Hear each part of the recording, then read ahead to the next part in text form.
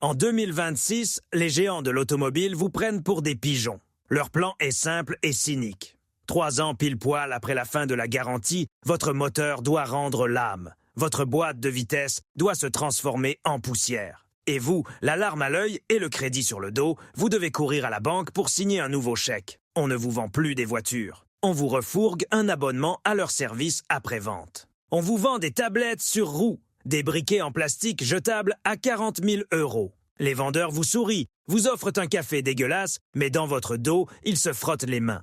Ils savent que vous êtes devenus leurs esclaves à vie. Mais même cette machine parfaite pour vous plumer a eu un bug. En 2026, il reste 3 partisans sur le marché. 3 modèles qui sont passés entre les mailles du filet de l'obsolescence programmée.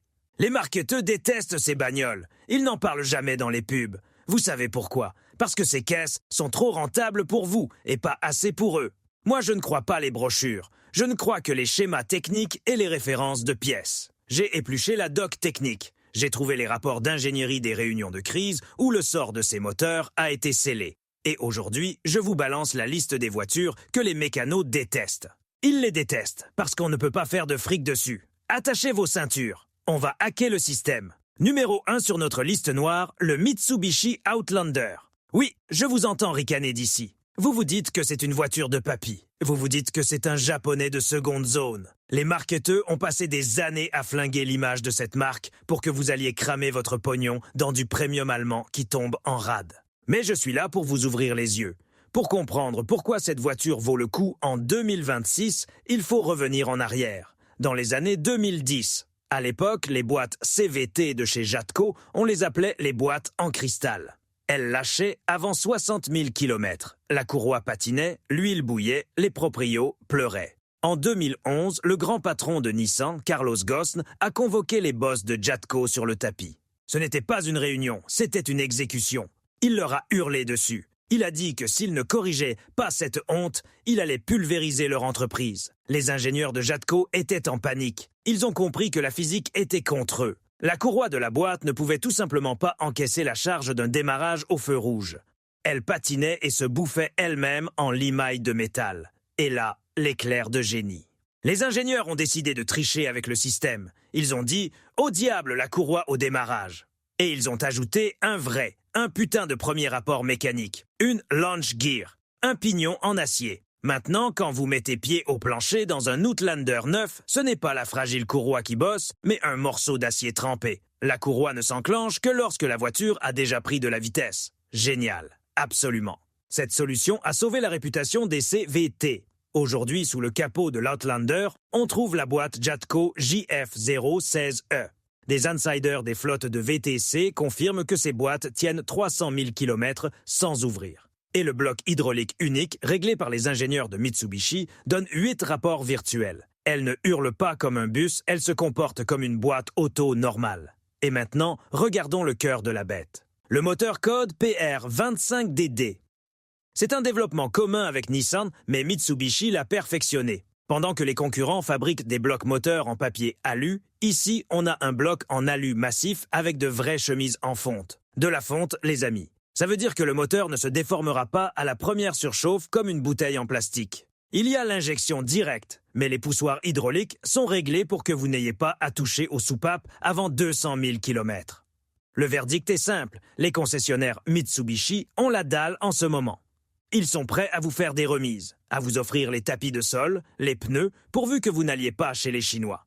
Vous repartez avec un tank basé sur des technologies éprouvées. Un truc qui a surmonté ses maladies de jeunesse pour devenir blindé. Prenez-le avant que les marketeurs se réveillent et le sabotent pour de bon. On passe au numéro 2 de notre liste de survivants. Le Kia Sportage. Je sais ce que vous pensez. Vous avez un mot qui tourne en boucle dans votre tête. Grippage. C'est le mot qui fait peur aux enfants dans les garages. Pour comprendre si on peut faire confiance aux Coréens aujourd'hui, il faut descendre aux enfers. Littéralement. Au début des années 2010, Hyundai Kia a sorti les moteurs de la série Theta 2. C'était une catastrophe biblique. Les pistons fondaient, la limaille de métal bouchait les circuits, les voitures prenaient feu sur l'autoroute. Aux États-Unis, ils se sont pris des recours collectifs pour 200 millions de dollars. En 2012, un ingénieur qualité, Kim Gwang-ho, a écrit une note confidentielle à sa direction. Il a dit clairement On a un problème de pression d'huile à froid. Nos moteurs sont en train de mourir. Si on ne corrige pas ça, la boîte va couler. Vous savez ce que la direction a fait? Ils ont essayé de le faire taire. Mais Kim était une tête de mule. Il a balancé l'info aux autorités américaines. Un scandale monumental. Les Coréens étaient au pied du mur. Ils avaient le choix, soit de quitter le marché la queue entre les jambes, soit réaliser un miracle d'ingénierie. Et ils l'ont fait. Lors de réunions secrètes à Séoul, la décision a été prise de détruire complètement l'ancien design et de repartir de zéro. C'est ainsi que sont nés les moteurs de la série SmartStream.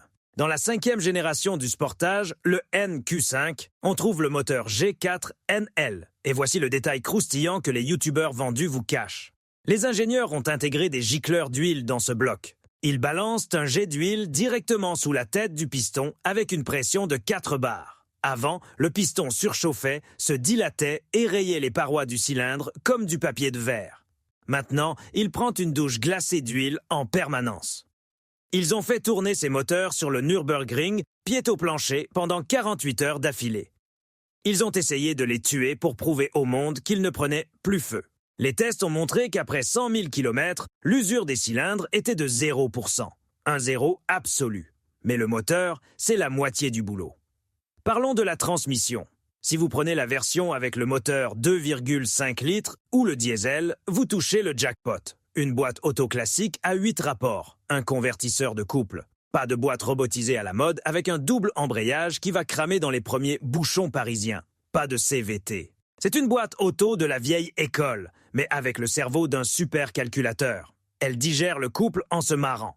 Regardez le marché américain. Là-bas, Kia offre une garantie de 10 ans ou 160 000 km sur le groupe motopropulseur. Vous croyez que ce sont des philanthropes? Non, ce sont des capitalistes avides. Aucun directeur financier ne signe une telle garantie s'il n'est pas sûr du matos à 100%.